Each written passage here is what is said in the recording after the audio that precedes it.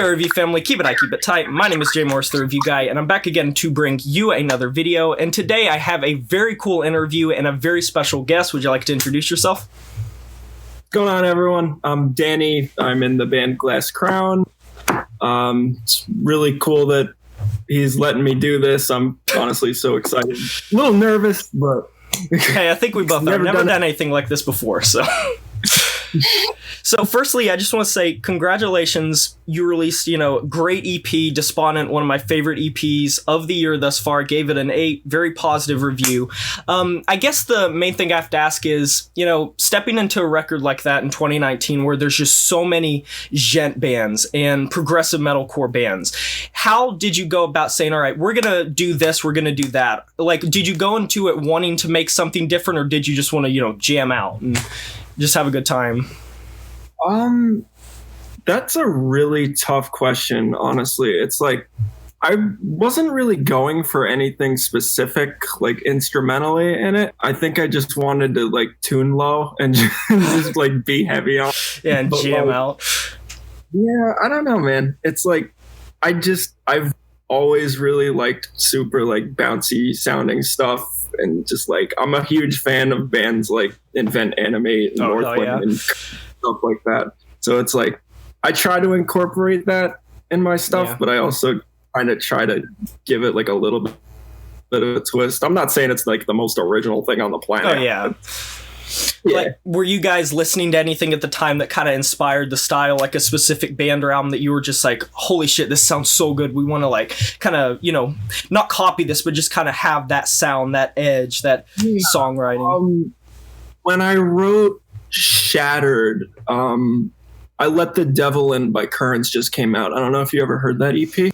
I don't think I actually got to that EP. I knew when it released, but I think it's one of the ones that I just kind of let, like, is swept under the rug over time.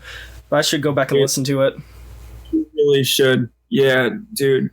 No, that EP kind of sparked a lot of inspiration for me. Like, just especially with, like, a lot of, like, the clean melodies and stuff going. Yeah.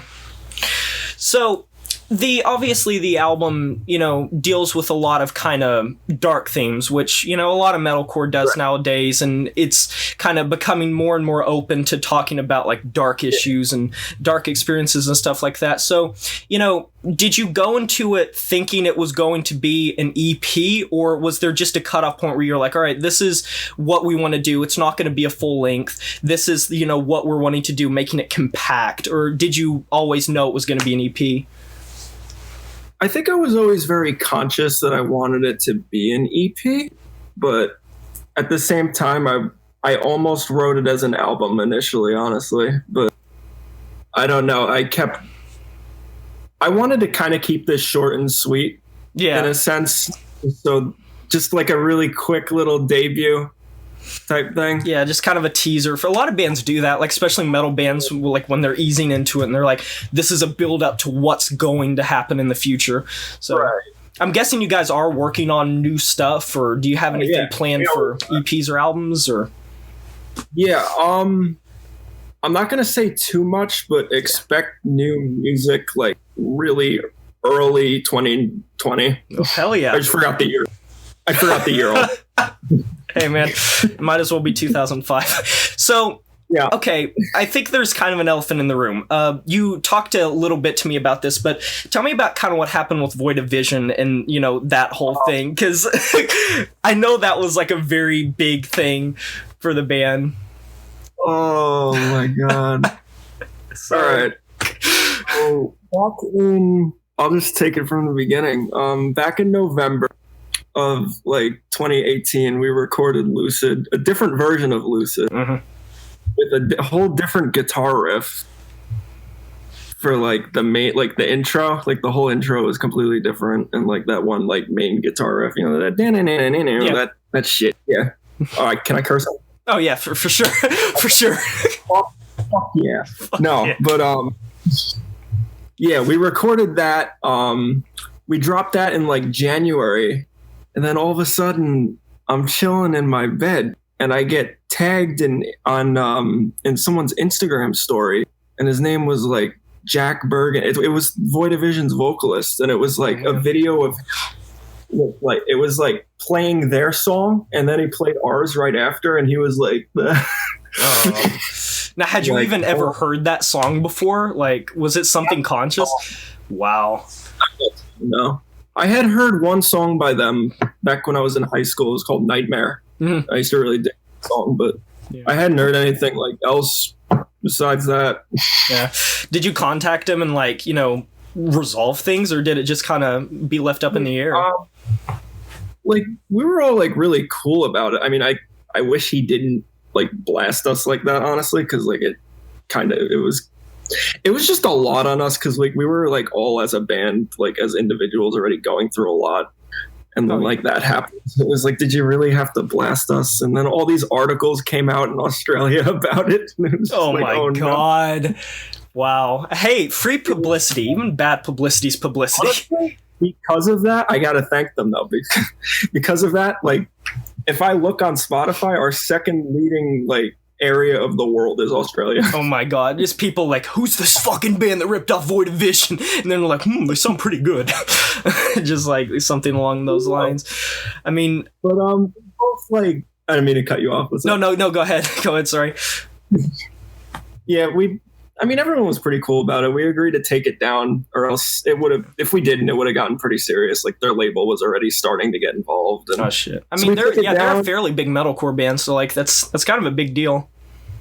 Yeah, they're on UNFD. Mm-hmm. Or, right, yeah. But we agreed to take that down, and we eventually, when we were tracking the EP, we just took that song and I just retracked all the guitars for that song, and that was really all good. It was all good. Yeah. After that, yeah, it's weird having beef with like bands that you either have enjoyed in the past or bands that you don't even know, because like I remember when I covered Cane Hill's EP that they released this year, I wasn't that big of a fan of it, and I had like some like critical things to say about it, and I remember the vocalist, I cannot for the life of me remember the lead singer's name, but he just shit on me. Like he blasted me on social media, and he just like, he was posting the video and he was like, oh man, this person thinks they know music, oh my god, what am I gonna do now? And I remember I was just getting dislike bombed. And it's like so weird to be put in that position, because it's like, do you retaliate or do you just kind of respect? Because like when you critique someone, you kind of open yourself up to be critiqued yourself. So it's like, but at the same time, I kind of wanted to retaliate and be like, okay, you kind of need to take criticism. But I mean, it's just weird how that works sometimes. Yeah, it's like I feel like people, they always want everyone to like review their shit. And then when if they were to get like any sort of bad criticism, they're just like angry immediately. You for it. Like I've even seen bands and artists turn on reviewers that have like reviewed their music really positively in the past, but just drop one thing that's like slightly off, and then they're just like, oh, fuck this reviewer. Like it's so weird how that works. It's just, like, I guess it's just because you hold your artistic value in your pocket, and it's like, this is my baby, and if you harm my baby, then you know I hate you or whatever. Because you're clearly not allowed to have an opinion. Yeah, nowadays it's weird in the music scene. So what made you, when you kind of were forming Glass Crown and stuff, did you have in mind the style that you were going to perform already? Like, did you grow up in the post-hardcore and kind of the metalcore scene? Like, did you know it was going to be a metalcore like gent project, or did you have a different vision? No, it started okay, like I moved probably like an hour upstate around like 3 years ago. That's like when I met my drummer. But like I grew up around literally no scene. Like I had listened to stuff like this my whole life, obviously, but like where I'm from, like originally there is nothing. There is not even a local scene. But yeah, I moved up here, and originally we sounded like Walmart counterparts. Yeah, Walmart counterparts. We were just like this really dry, like hardcore band, and like we played a bunch of crappy, like little like yard garage shows, and like I don't know what happened. We had a bunch of lineup changes. We had all this shit happen, and I was just like, because I had always written like gentier metalcore shit, like as like a solo project type thing. Yeah. So it was like, this is like my favorite thing on the planet. Let me just like add it to the band, but like make it a little bit different. So do you have any other like projects in the works, either solo or like any other plans that you want to go with the sound, or is it mostly going to be, this style? For Glass, as for like sound changes, expect the new stuff to be a lot heavier. Ooh. But at this Despondent was pretty fucking heavy at times. Yeah. There's actually one song I'm writing. It's one song's tuned even lower than fucking a couple of them on there. It's wild. But expect the synths to be a lot more like organized. Like a lot of these songs on Despondent have like a lot of that like underlying ambient synth going on. That kind of like almost like background, like kind of orchestral feel at times. Kind of, it was like, it wasn't the main focal point. The focal point was the instrumental, but the background was kind of almost epic at times, kind of like backing it. There's going to be a lot like guitar leads going on in like, what's the word I'm looking for? But yeah, a lot of that going on. A lot of that. A lot more of that going on. There's going to be a lot more pianos and like orchestral elements going on. A lot more clean vocals too, because I've been experimenting with a lot of different styles. Yeah. Well, I can definitely hear a lot of influence coming out of like some of the very higher range, metalcore singers. Like I think you said before that Jesse Cash was a huge influence. Huge fan of Era. Love their own pretty much their entire discography. Yeah, they're great. They're absolutely killer. Love the band. So I guess the final thing I'd like to ask is, does the band plan on going on some sort of tour, or do you plan on doing more kind of outskirt things beyond the studio, or? Oh yeah, no, we're trying to plan some weekenders for like early 2020, just like kind of are within like a 3 or 4 state radius near us. So we're going to start trying to branch out once we have, it's so expensive at our level too. 'Cause like, we're just like going to be ordering new merch soon, and just kind of getting your foot in the door a little bit in the local scene. Yeah, it's locally we kind of have a name for ourselves now, so that's kind of nice. So that definitely helps. Oh yeah, I've actually heard people mentioning Glass Crown, which like is so insane, because I remember I discovered the EP because I was just looking for some like new metalcore in gen. I wasn't even looking for anything to review. It kind of happened that way, and I stumbled upon it after a couple releases. And when I saw it, I was like, this is really good. And if I remember right, it didn't have that many views at the time. Like it was maybe only around like 1,000, 1,500, and now it's like doing very well. The songs on Spotify are doing well, and it's just really awesome to see that progression already. So I definitely congratulate the band. It's a kick-ass EP. So I really appreciate that. Thank you so much. Yeah, for sure. So obviously all of the information for Despondent is going to be down in the description box below. You can also find that on Spotify. Is there anywhere that you can be found that you would like to shout out, or?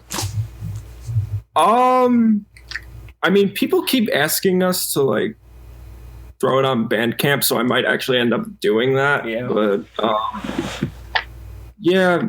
no, it's on all like major streaming outlets. Yeah. We're gonna be. Never mind. No, I can't say it. Never mind. You're good. You're good. You're good. So all the information for Glass Crown is going to be in the description box below. I highly suggest checking it out. I'll also post the review there. Really great EP. I highly suggest checking it out. Thanks so much for appearing on this interview. I really appreciate it, for making the time for it. Yeah, for sure. Well, anyways, guys, I'll talk to you next time. Be sure to like, subscribe, comment, all that good stuff. My name is Jay Morris, the Review Guy, and I'm signing off saying farewell.